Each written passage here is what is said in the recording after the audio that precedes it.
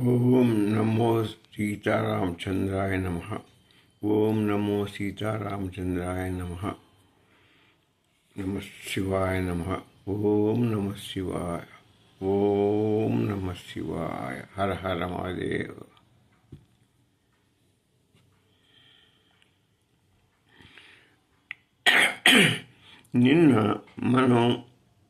నిన్నటి ఎపిసోడ్లో మనం ఏం తెలుసుకున్నాం? మనం అంతర్ముఖ పోయితే అక్కడ సాధన ఎలా ఉంటుంది అనేది అంటే మనం అంతర్ముఖంగా పోవాలి. బహిర్ముఖం చూస్తే మనకు మోక్షం రాదు. అంతర్ముఖంలో సాధన చేస్తే లోపలికి మన యొక్క మనస్సుని లోపలికి పోనిచ్చి ఆత్మదర్శనం చేసుకుంటే అంతర్మదనం చేయాలని చెప్పుకున్నాం. బహిర్మదనం వదిలిపెట్టాలి అన్న ఉద్దేశం నిన్న మనం చెప్పుకున్నాం. ఈరోజు ఏంటి, అంతర్ముఖం చేస్తే ఏంటి, అక్కడ కారణం ఏముండదు. ఇక ఎప్పుడైతే ఆత్మ దగ్గర మనం అంతర్ముఖంలో పోతే మనకు దొరికే వస్తువులకి ఏంటి శోధిస్తే అప్పుడు మన ఇదే మనసును పట్టుకొని మనం శోధించాలి. మనసు అనేది అది చెడ్డదేం కాదు. బహిర్ముఖం తిరిగితే ఏ లోకం వైపు తిప్పి ఈ కోరిక సాధించడానికి ఇది ఇక్కడ ప్లాన్ చేస్తుంది. అంతర్ముఖంలో కనుక మనం మనసును తిప్పగలిగామనుకో, అప్పుడు మనకి ఆత్మని పరిశోధించడానికి, ఆత్మని పొందటానికి అది దోహదపడుతుంది. అప్పుడు దాని వైపు తిరిగి అది అంతర్ముఖ ధ్యానాన్ని పయనించి మనకి ఆత్మసాక్షాత్కారం కలిగించేది కూడా మనసే.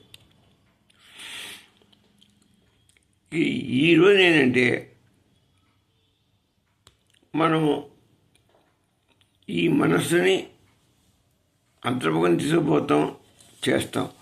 మనకు మరి అంతర్ముఖంలోకి పోవాలి అంటే దానికి అది బహిర్ముఖంలోనే ఎక్కువ తిరుగుతుంటుంది. అది అటాచ్మెంట్ మనసు అనేది బహిర్ముఖంలో ఉంటుంది. ఎందుకంటే పుట్టిన దగ్గర నుంచి అది బయట బహిర్ముఖంలోనే సంచరించింది. మనం పుట్టగానే చూసేది ఎవరిని? ఈ లోకాన్ని, ఈ భూలోకాన్ని చూస్తాం. ఇక్కడ అమ్మని చూస్తాం, తండ్రి నాన్నని చూస్తాం, బంధువులను చూస్తాం. అంతా చూసేదంతా మనం గడిపేది మనం పుట్టిన దగ్గర నుంచి చచ్చిపోయేంత వరకు ఈ బహిర్ముఖంలోనే మనం ఉంటాం. దీంతోనే మనసుకి అటాచ్మెంట్ ఎక్కువ ఉంటుంది. కాబట్టి అదంత సులభంగా వెనక జన్మల్లో కూడా మనం ఇట్నే చేసి ఉంటాం. అందుకనే మనం ఈ అనుభవిస్తున్నాం. ఈ జన్మను ఎత్తి ఇంక మనం మోక్షం దొరకపోబట్టే మానవ జన్మ ఇప్పుడు ఎత్తాం. ఇప్పుడు మనకు ఇది ఒక మంచి మానవ జన్మ, ఒక మంచి అవకాశం.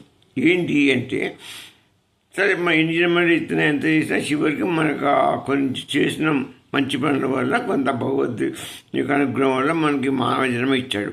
ఇప్పుడు ఈ మానవ జన్మని మనం సార్థకత చేసుకోవాలి. ఎట్లా చేసుకోవాలి? మనం ఏ విధంగా చేసుకోవాలి అనేది మనం ఆలోచించాలి.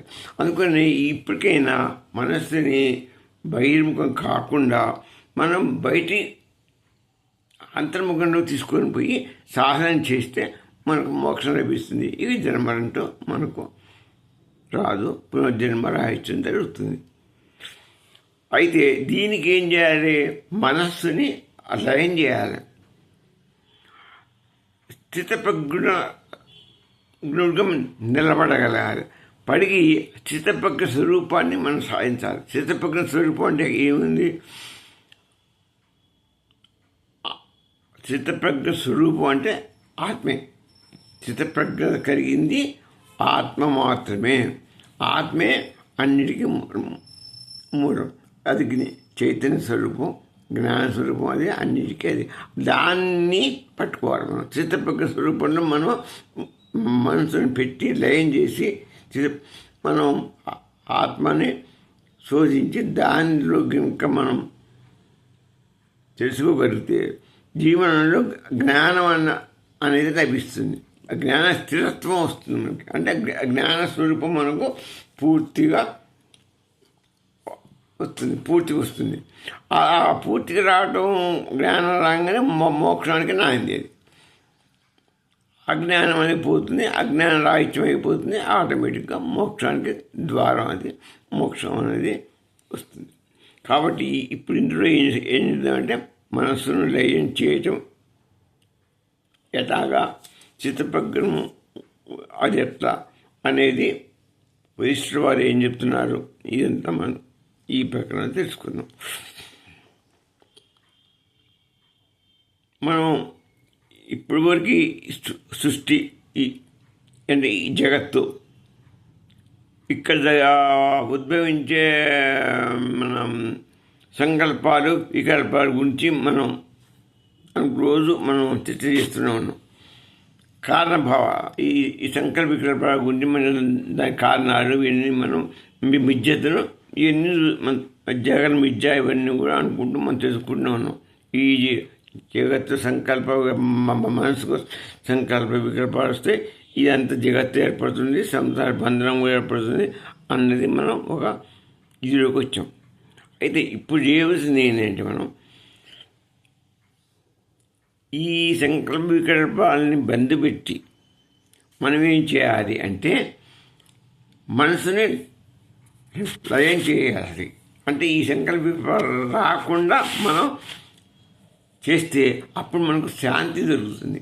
మనశ్శాంతి అంటాం మనం అంటాం మనశ్శాంతి లేదంటాం. ఎందుకు ఉండదు అంటే నువ్వు అనవసరమైనటువంటి ఈ సంకల్పాలు వికల్పాలు పెట్టుకుంటూ ఏదో ఆలోచిస్తున్నావు, ఏదో చేయాలి, అది చేయాలి, ఇది చేయాలి, మరి నాకు అది రాలేదు, ఇది రాలేదు, అది పొందలేకపోయా, ఇది పొందలేకపోయా, ఇది నాకు ఇది ఈ కోరిక ఫలించలేదు, ఆ కోరిక ఫలించలేదు, ఈ కోరిక నాకు వచ్చింది, ఆ కోరిక లభించింది, నేను సాధించాను. ఇవన్నీ మనస్సు యొక్క సంకల్ప వికల్పాలు.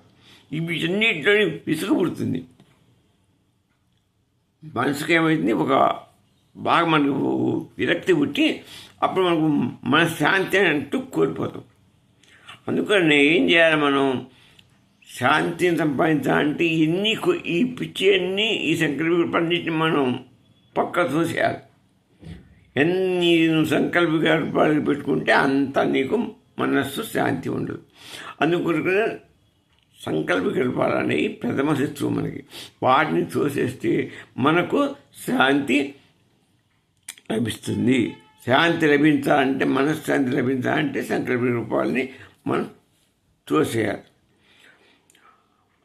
అప్పుడు మనకు శాంతి అనేది శాంతి స్వరూపం అని తెలిసి అప్పుడు కాస్తంత రిలాక్సేషను, ఒక రకమైన ఆనందం మనకు దొరుకుతుంది.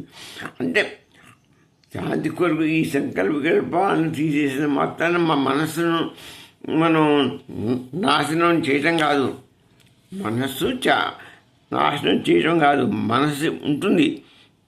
ఆ మనసుకి సంకల్ప వికల్పాల నుంచి మనసును దూరం చేస్తే శాంతి ఏర్పడి మనకు ఒక రకమైనటువంటి ఆనందం, ఒక రకమైనటువంటి ఒక తృప్తి అది కలుగుతుంది. అప్పుడు మనస్సును నాశనం చేస్తే మరి అంతర్ముఖంలోకి మనం పోవాలంటే శాంతి రావాలి. మొదలు శాంతి కలిగించుకుంటాం. ఆ తర్వాత మనం ఏం చేయాలంటే ఎప్పుడైతే శాంతి కలిగించున్నామో మనం అంతర్ముఖంలోకి ప్రవేశించడానికి ఇక మనం మనస్సుని బహిర్ముఖం నుంచి తిప్పి అంతర్ముఖంలోకి పయనింపజేయాలి. అది జ్ఞాన సాధనానికి తోడ్పడుతుంది. అంటే ఇప్పుడు మనసు ఈ లోకం నుంచి మనం తిప్పే చేసాం, అంతర్ముఖానికి తిప్పాం. అంతర్ముఖంలో ఏముంది, లాస్ట్కు కనిపించే ఈ శరీరం ఎంత బయట ప్రపంచాన్నే చూస్తుంది. మన కళ్ళు, మన నోరు, ముక్కు ఇవన్నీ కూడా ఈ శరీరానికి సంబంధించిన వస్తువులు. ఇవన్నీ భాగాలన్నీ బహిర్ముఖ సంబంధమే. అది బహిర్ముఖ సంబంధం మాత్రమే చూపించగలుగుతుంది. బహిర్ముఖాన్ని పోతే మనస్సు అది బహిర్ముఖాన్ని అంతర్ముఖాన్ని అది అన్ని చూడగలుగుతుంది. దానికి వస్తే ఆసక్తి ఉన్నది. కాబట్టి అంతర్ముఖంలో తిప్పితే దాన్ని మనం అంతర్ముఖ సాధన చేస్తే అప్పుడు ఏమవుతుంది, ముందు శాంతి ఏర్పడాలి. మనసుకి శాంతి ఏర్పడటం అంటే ఈ సంకల్ప రూపాలు లయం చేస్తే శాంతి ఏర్పడుతుంది. అప్పుడు అంతర్ముఖంలోకి తిప్పుడు ఈజీ అయిపోతుంది. అంతర్ముఖంలోకి మనం ఒక్కరోజు దొరకదు. అంతర్ముఖం సాధన చేయాలి. అసలు నేనెవరు, నేనేమిటి, అసలు నేను ఎందుకు, అసలు నా తత్వం, అసలు నేను ఎందుకు పుట్టాను, ఏం చేశాను, అసలు నా తత్వం ఏంటి, అసలు ఈ భూమి మీద ఎంత ఏంటి, అసలు ఇదంతా శాశ్వత వస్తువులు కావు అన్నీ తెలుసుకుని జ్ఞానాన్ని సంపాదించుకోవాలి. అంటే వేద జ్ఞానం మన ఉపనిషత్తులు, వేద జ్ఞానం, ఇవన్నీ భౌతిక ఇవన్నీ చదివితే మనకు జ్ఞానం వస్తుంది. ఆ జ్ఞానం ఎప్పుడు కలుగుతుంటుందో నీకు ఈ మనస్సు ఆటోమేటిక్గా లయమైపోతుంటుంది. పొయ్యి ఏమవుతుంది, చివరికి ఆత్మదర్శనం నీకు లభిస్తుంది. పోతూ పోతూ పోతూ మనం ఈ జ్ఞానాన్ని నేర్చుకోవాలంటే ఒక రోజులో రాదు జ్ఞానం. అది మోక్ష జ్ఞానం. ఆ మోక్ష జ్ఞానం సంపాదించడం అనేది అంటే మనం తీసుకోవాలి, మనం చాలా కష్టపడాలి. అది సామాన్యంగా దొరకదు. మోక్షం అనేది సామాన్యంగా దొరకదు. జ్ఞాన విద్య అనేది అంత సులభంగా రాదు. దానికి మనకు అందుకనే మనం మునీశ్వరుడు వేదాలు, ఉపనిషత్తులు, రామాయణ ఇతిహాసాలు ఎన్ని మనకు సాధనాలే. వాటిని మీద మనం సాధన చేసి మనం దాన్ని ఏం చేయాలంటే మనసు ద్వారా సాధన చేసి అంతర్ముఖంగా వింటే అప్పుడు మనకు జ్ఞాన ప్రాప్తి కలుగుతుంది. ఆ జ్ఞానం ద్వారా ఆ లోపల సాక్షిభూతంగా ఉన్నటువంటి ఆత్మని మనం పట్టుకోవాలి. ఆత్మే చైతన్య స్వరూపం. మన ఈ శరీరం కదిలినా, ఈ మనం బుద్ధి పనిచేసినా, మనసు పనిచేసినా అన్నిటికీ మూలం ఆత్మ యొక్క చైతన్యం మాత్రమే. ఆత్మ చైతన్యమే భగవత్ చైతన్యం. ఆయన యొక్క అంశే, ఆయన యొక్క ఇది, ఆయన ఒక పార్ట్ అనుకోండి, ఆయన యొక్క అంశ, ఆయన యొక్క ఇది, ఆయన స్వరూపం. ఆ స్వరూపం అక్కడ భవస్వరూపానికి ఏ విధంగా అయితే ఉండే లక్షణాలన్నీ ఈ ఆత్మకు కూడా ఉన్నాయి. ఇది కూడా నాశనం లేదు. పరబ్రహ్మ స్వరూపం అయితే చైతన్య నాశనంగా లేదు. ఆయన అవినాశి, ఆయన అవికారి, తర్వాత సర్వంతర్యామి. అట్లా అవి గుణాలు ఉన్నాయి కదా, ఆ ఏ గుణాలు మనసు కూడా ఉన్నాయి. ఇది కూడా అవినాశి, ఇది దీనికి సాగు పుట్టుక అంటూ ఉండవు. దీనికి అవ్యయం, ఇది కూడా చాలా వ్యాపించి సర్వవ్యాప్తి. ఇది కూడా సర్వవ్యాప్తి. దానిలాగానే ఇది కూడా నిర్గుణ రైతం. దీనికి అసలు ఏ గుణం ఉండదు. మరి ఏముంటుంది, ఎందుకుంది ఇది అంటే మన శరీరానికి చైతన్యం కల్పిస్తూ అది సాక్షీభూతంగా చూస్తూ ఉంటుంది. అదే దాని పని. అది కనుక వెళ్ళిపోతే అసలుకి శరీరం కదలదు, శరీరం చైతన్యం పోతుంది, మనకు మరణం సంభవించినట్టే. ఈ శరీరాన్ని దహనం చేస్తారు, మనకి ఏది ఉండదు. ఈ శరీరం మన ప్రాణం పోయిందంటే ఆత్మే వెళ్ళిపోయిందని. ఆత్మకు ఈ శరీరం మీద ఒక విరక్తి పుడితే అది వెళ్ళిపోతుంది. అది ఇంకో శరీరంలోకి మళ్ళీ నువ్వు చేసిన కర్మలకు దాన్ని బట్టి అది మళ్ళా మనకు చూసుకుంటూ పోతుంది. మరి దీనికి ఎట్లా అంటే మనసుడు ఏం చేసి మనం దాన్ని ఆత్మ పట్టుకోకున్నాం. అక్కడ మనసు ఆత్మ దగ్గర ప్రకాశవంతమైంది, అది బహుప్రకాశం. అక్కడ కాలం అనేది ఉండదు. ఇక్కడనే బయట వస్తున్న పొద్దుకుడు చెత్తలవాడు ఈ కాలమానాలు ఇక్కడనే ఈ బహిర్ముఖంలో కానీ అంతర్ముఖంలో అక్కడ కాలం అనేది ఉండదు. కర్త ఉండడు, అక్కడ కర్త ఉండదు, కర్తృత్వం ఉండదు. శుద్ధ సాక్షి స్వరూపం మాత్రమే ఉంటుంది. ఆయన ఆత్మకి ఏంటి, ఒక సాక్షి పని ఆయన పని. ఆత్మ పని చైతన్యం ఇస్తూ సాక్షి మాత్రమే. ఇది గుర్తుపెట్టుకోవాలి మనం. ఎప్పుడే మనసు నాశనం లయమైపోయిందో మనకి పూర్తిగా ఆత్మదర్శనం లభిస్తుంది. అప్పుడు ఈ బ్రహ్మడు ఇవన్నీ నివృత్తి అయిపోతాయి. మనకు అప్పుడు ఈ సంకల్పాలు వికల్పాలు ఏది కనపడదు. ప్రకాశవంతమైనటువంటి ఆ ఆత్మ కనపడితే మనకు అక్కడ చాలా బ్రహ్మానందం కనిపిస్తుంది. ఆ బ్రహ్మానందమే మనకు కావాల్సింది. దాన్ని సాధిస్తే అది దాన్ని సాధించాలంటే జ్ఞానంతోనే గురువు బోధించే జ్ఞానం ద్వారా దాన్ని మనసును అంతర్ముఖం చేసుకొని దాన్ని పట్టుకోవాలి. పట్టుకుంటే అప్పుడు మనస్సు లయమైపోతుంది. అప్పుడు మనకు పరమశాంతి మామూలు శాంతి కాదు, అది పరమశాంతి, బ్రహ్మానందం అంటారు. ఆనందం కూడా బ్రహ్మానందం, అది మామూలు ఆనందం కాదు. ఆ ఆనందానికి తిరుగులేదు. ఇక నీకు మళ్ళా కష్ట సుఖం అసలు ఏది ఉండదు. ఇక ఇప్పుడు ఆనంద స్వరూపుడు, నిత్యానంద స్వరూపుడు. ఇప్పుడు ఇదే వశిష్ఠ మహర్షి ఏం చెప్తున్నాడంటే, ఆయన చెప్పే రామువారికి ఆయన మనకు మనలాగానే ఆయన ఒక రకమైనటువంటి చంచల మనసుతో కూడుకున్నాడు. ఇప్పుడు ఆయన కూడా అసలు ఏంటి లోకం అనే ఒక మండల విచారపడుతున్నాడు. ఆ విచారణలో భాగంగా ఆయన బోధ వశిష్ఠ మహర్షి రామునికి బోధ చేస్తున్నాడు. మనం వింటున్నాం. ఆ బోధ రాని వారికి కాదు, ఆయన భగవంతుడు, ఆయనకు అన్నీ తెలుసు. అంతకంటే ఇంకేముంది, ఆయన మనం ప్రవేశించే మన యొక్క మోక్షం. కాబట్టి ఆయన మన కొరకు మనం ఎలా మోక్షగతులం కావాలి, ఎలా ప్రయాణించాలి, అజ్ఞానాన్ని ఎలా నివృత్తి తీసుకోవాలి, జ్ఞానాన్ని ఎలా పట్టుకోవాలి, ఆ జ్ఞానం పట్టుకుంటే మోక్షం సంపాదిస్తాడు వీడు అని ఆయన మనకు బోధిస్తున్నాడు అన్నమాట. విశ్వ మహర్షి చేత మనకు తను వింటూ మనకు తెలియజేస్తున్నాడు. ఇక ఆయన ఏమంటా అంటే విశ్వ మహర్షి రాముడితోని, మనోనామ నకించిత్తు సంకల్పోపాధి కల్పితం, సంకల్పలయే శాంతి మనక్వ జగత్త. అంటే మనోనామ, మనసు అనే ఉంటుంది కదా, ఆ మనసు అనే దాన్ని అసలు నకించండి. అసలు ఏది కాదు, మనసు అనేది అసలు నకించిత్తు, గింత కూడా కొంచెం కూడా లేదు, దాది ఏమి చేయదు, ఏం కాదు.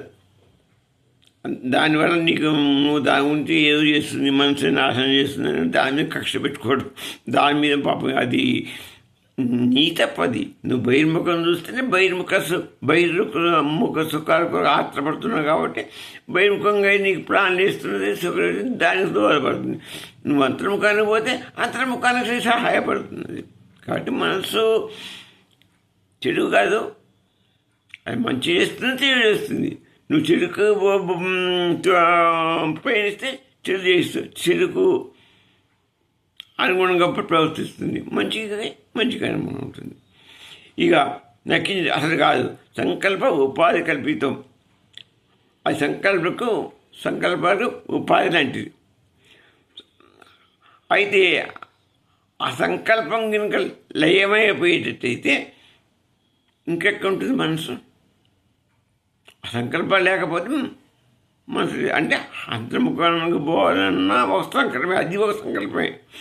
బహిర్ముఖంలో ఉన్న అదొక సంకల్పమే. అంతర్ముఖ అసలు ఈ సంకల్పాలు లేకపోతే అసలు నీ మనసుతో ఏది కాదు. దానివల్ల శాంతం కూర్చుంటుంది మనసు. దానికి మనసుతో పని లేదు, అది ఎక్కడిగా ఈ జగత్. అప్పుడు మనసు ఇది సంకల్ప మనసు లేదు, శాంతి స్వరూపం ఉంది. ఇక అసలు సంకల్ప లేకపోతే అప్పుడు ఈ జగత్ అనేది ఉండదు, సంసార బంధనం అనేది ఉండదు. ఇవన్నీ మొట్టమొదటి ఫండమెంటల్ చెప్పుకున్నాం. మనసు సంకల్ప వికల్పాల చేత ఈ జగత్తుని, ఈ సంసార బంధనంలో మన్ని చిక్కున్నట్టు చేసి దాన్ని వృద్ధి చేస్తున్నది. అందుకనే మనం ఇటువైపు పోకుండా మనం అంతర్ముఖంలో పోవాలనేది. ఎన్నాళ్ళు నువ్వు ఈ బహిర్ముఖం పోతే ఇలానే జన్మలెత్తుకుంటూ నానా బాధపడుకుంటూ ఇలానే గడుపుతుంటావు. ఇంకో శ్లోకం చెప్తున్నాడు, దుశ్చ విభాగోయ మనోధర్మో న సంశయ దృష్టిలయే స్వరూపం స్యాత్ అద్వయం శాంతం అవ్యయం. శాంతం అనేది అవ్యయం. అంటే నువ్వు చూసేటువంటి దృష్టి విభాగం, చూసేవాడు, చూసే వస్తువు, చూసే ద్రష్ట, కనిపించేదనే అంటే మనం చూస్తున్నాము, చూసేవాడు, చూడబడే వస్తువు. అవి మనసు యొక్క లక్షణాలు. మనిషి సంకల్పం పెట్టుకుంటే దాన్ని చూస్తుంది, దాన్ని చూసేవాడుకి దూరపడుతుంది. చూసేవాడు ఉంటాడు, చూసే వస్తుంటుంది. ఎప్పుడు సంకల్పాలు పెట్టుకొని ఉంటే అసలు సంకల్పాలు వికల్పాలు లేకపోతే లైవ్ అయిపోతే మనకు అద్వైతం అనేది లేదు. అంటే మనసులో సంకల్ప వికల్పాలు ఉండి అటు ఇటు ఈ రెండు అద్వైత భావాలు ఉన్నది ఒకటే. ఏముంది? అంతరాత్మలో భగవంతుడు ఒక్క స్వస్వరూపం మాత్రం ఒకటే అనేది మనకు మనస్సు జ్ఞానం ద్వారా తెలియజేస్తుంది. అప్పుడు ద్వైతభావం అనేది ఉండదు. అప్పుడు ఈ అవ్యయం కూడా ఉండదు.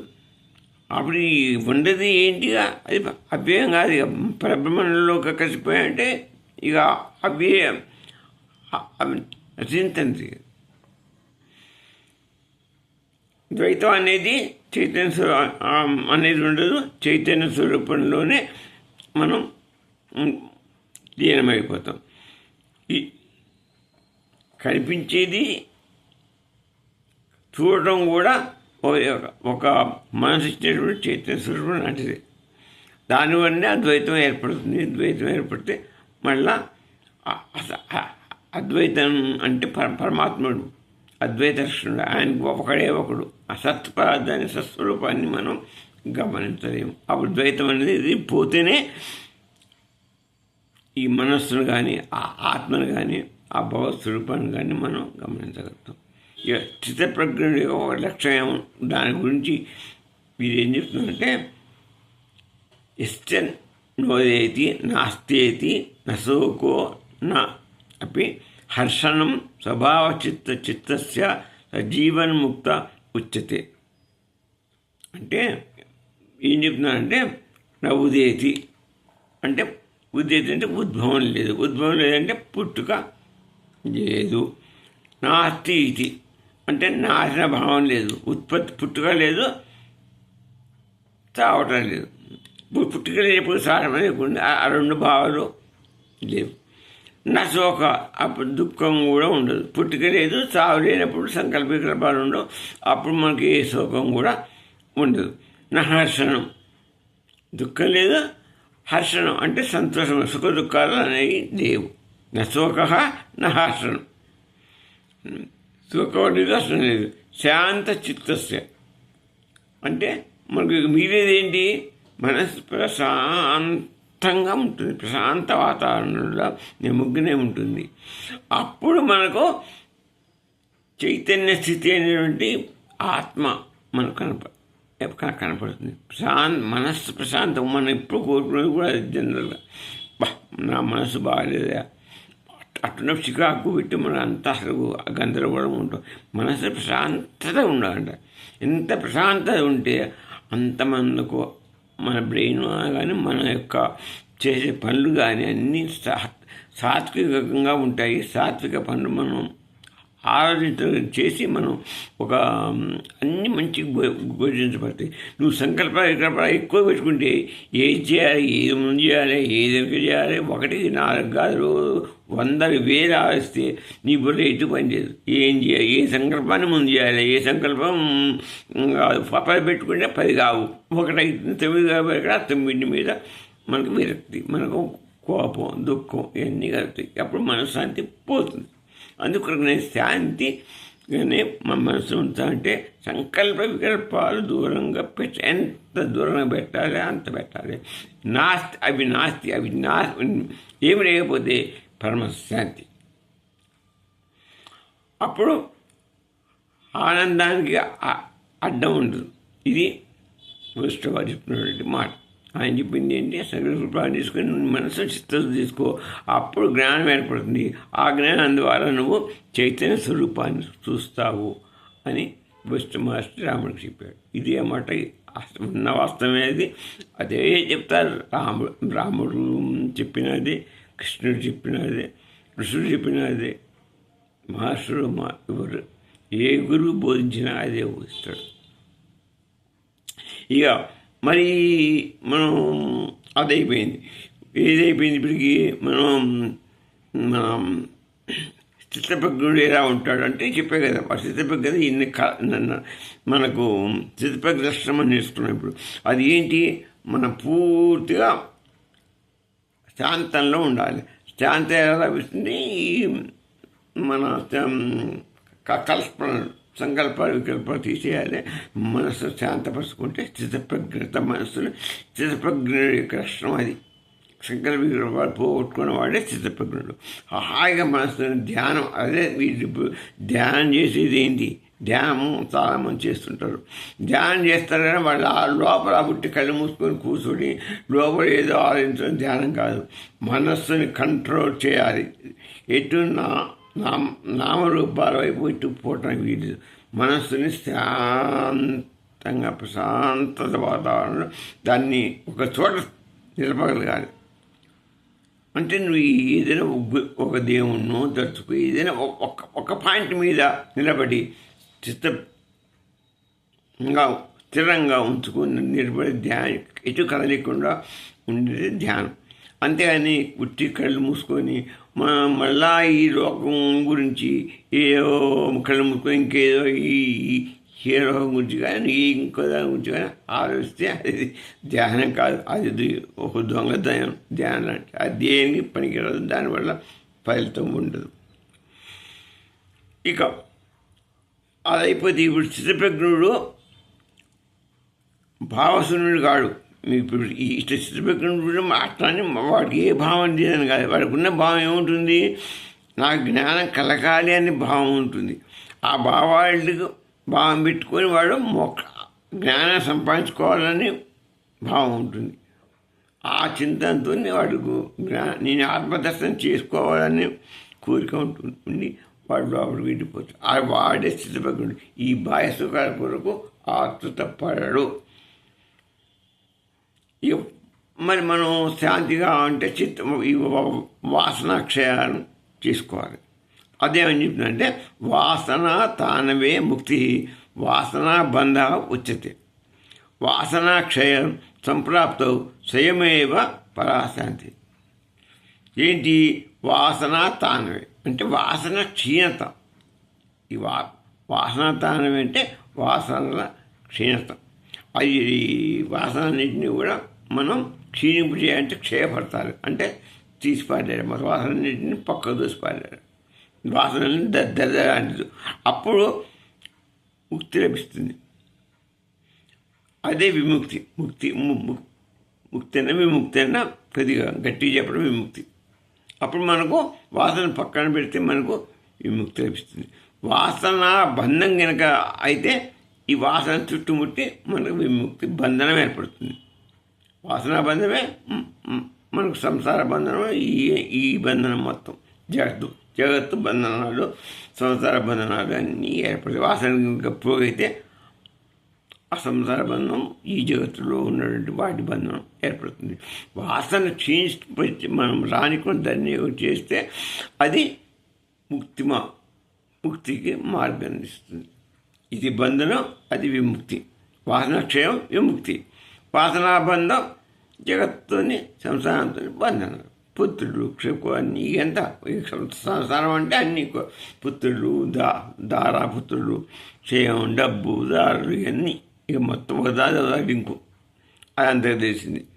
ఇకపోతే అందుకనే వాసనలను తీసిపారేస్తే పరాశాంతి మనకు అప్పుడు పరమశాంతి ఏర్పడుతుంది.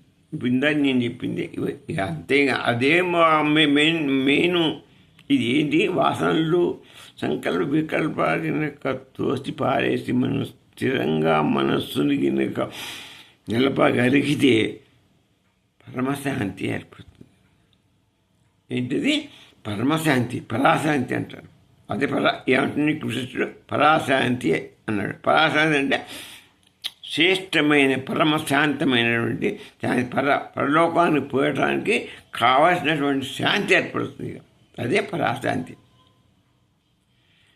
అంటే ముక్తికి కావలసినటువంటి శాంతి. అప్పుడు ఆ ప్రశాంతతలో మనకు ఏమనిపిస్తుందంటే ఆత్మదర్శనం చేసుకోవాలి. ఈ లోకం మీద దృష్టి పోతుంది.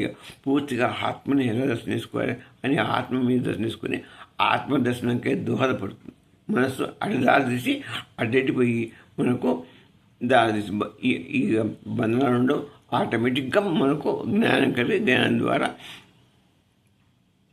ఆత్మదర్శనం అవుతుంది. ఆత్మదర్శనం ఏంటంటే మోక్షం ఖాయం. ఇంకొకటి నసమాధి నవిక్షోపో నోపయో నాపి సాధనం స్వరూపే నావస్థానం యోగ ఇత్యభిధీయతే. స్వరూప అవాస్థానం యోగ ఇత్యభిధీయతే. అంటే సమాధి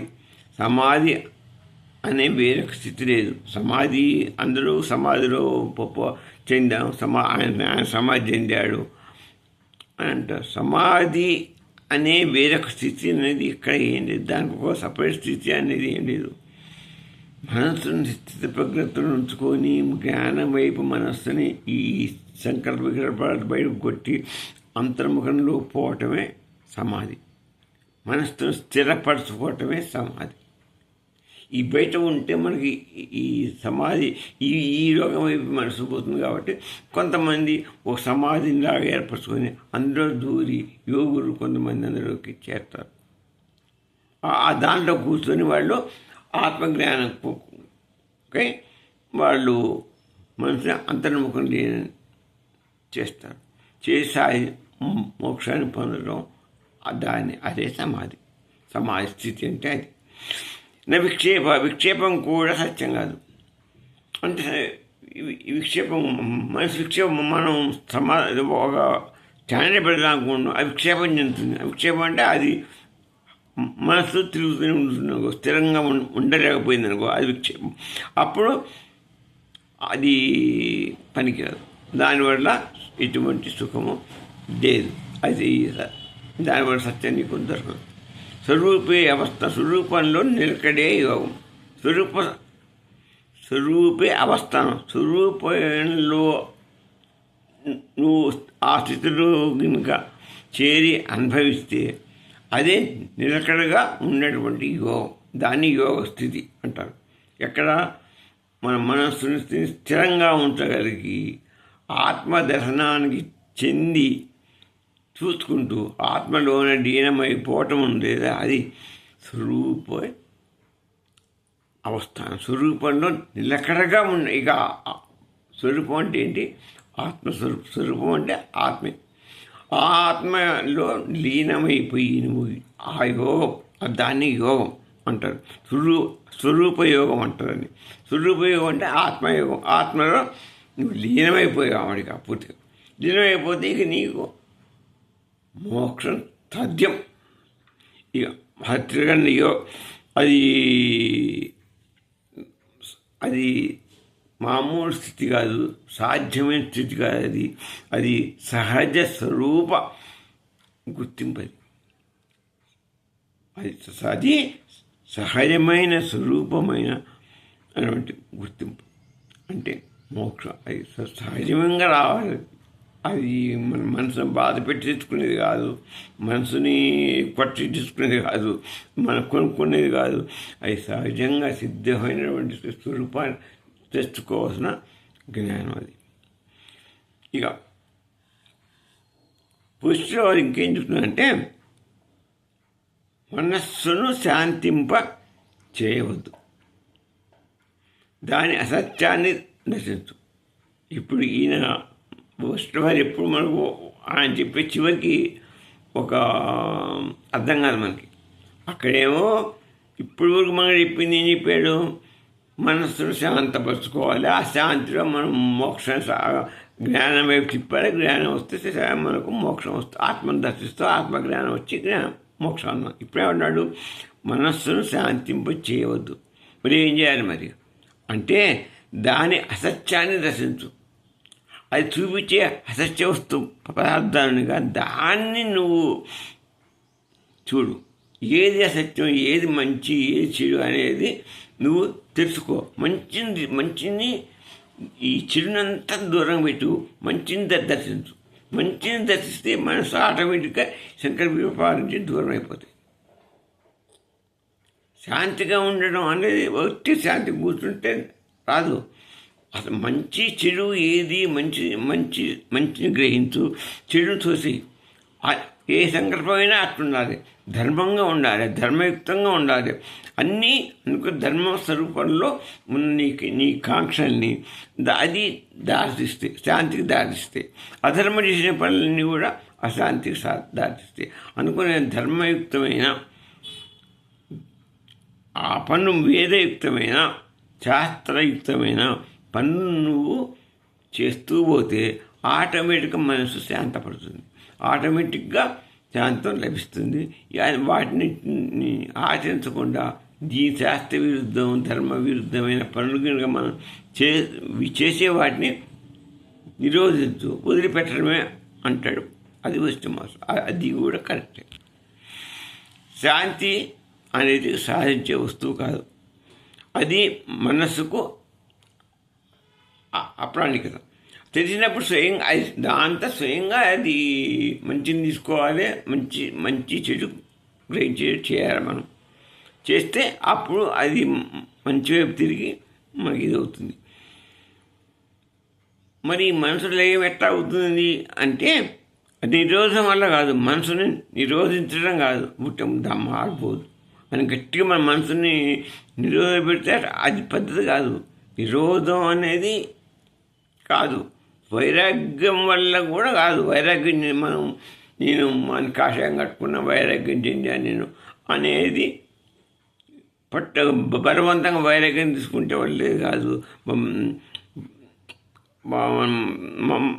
అట్నే మనసుని బంధించడం కూడా కాదు, అది కూడా పడ్డారు కాబట్టి ఈ మనం మనసుని కూర్చొని బిగపట్టు కూర్చుంటే మనసు శాంతపడదు. అట్నే వైరాగ్యం కూడా కాసేపట్టు కూర్చొని అలా నేను సన్యాసులు చేయాలంటే అది కూడా రాదు.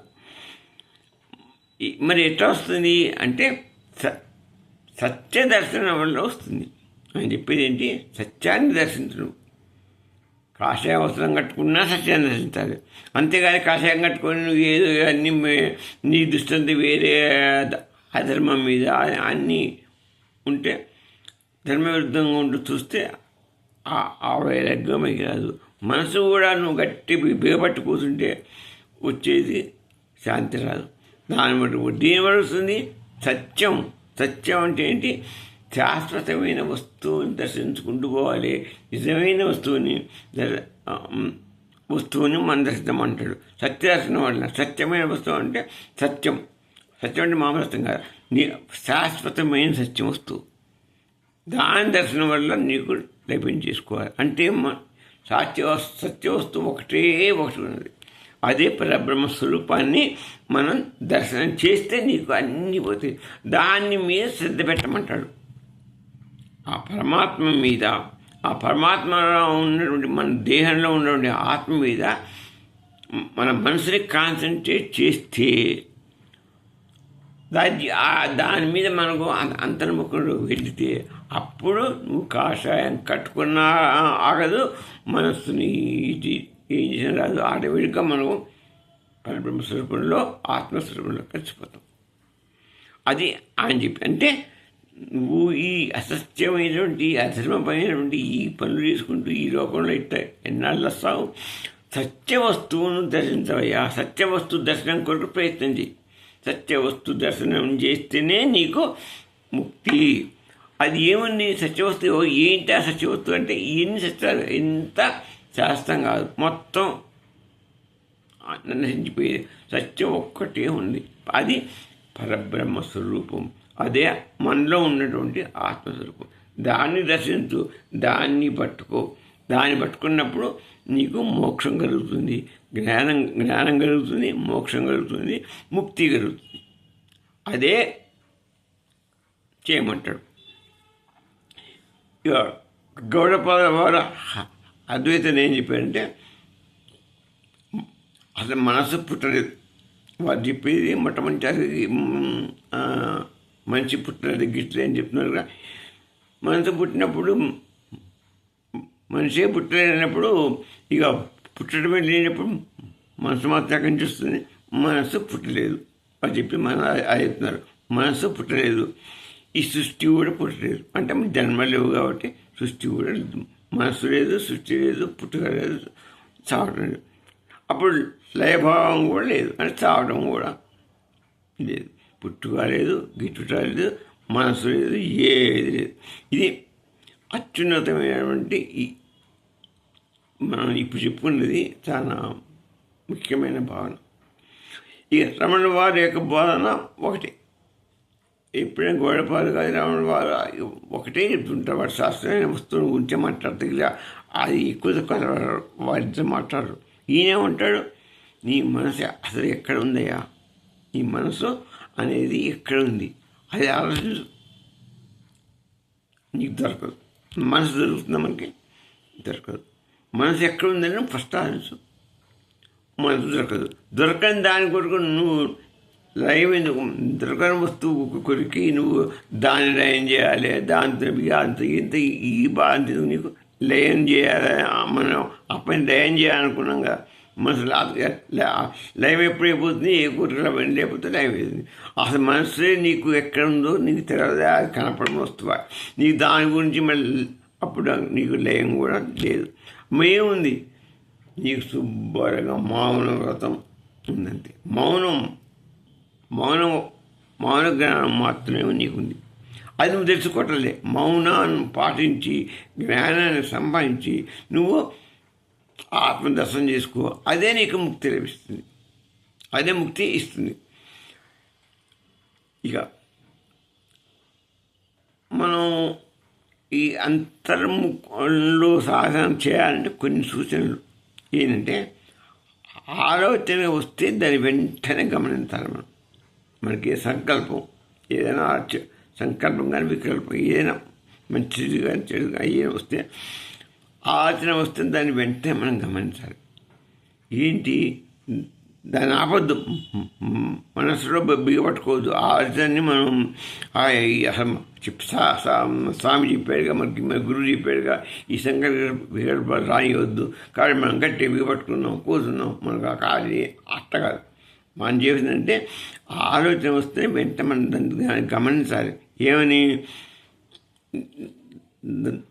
ఆ సంకల్పాన్ని మనం ఏం ఆపద్దు. మనం ఏం చేయాలంటే మంచిగా ఆలోచించి చూడాలి, అది ఎక్కడి నుంచి వచ్చింది, దాని యొక్క ప్రస్తావం ఎందుకు వచ్చింది, అది మంచిదా చెడుదా, ఈ విధంగా దాని మీద మనం చర్య చేయాలి.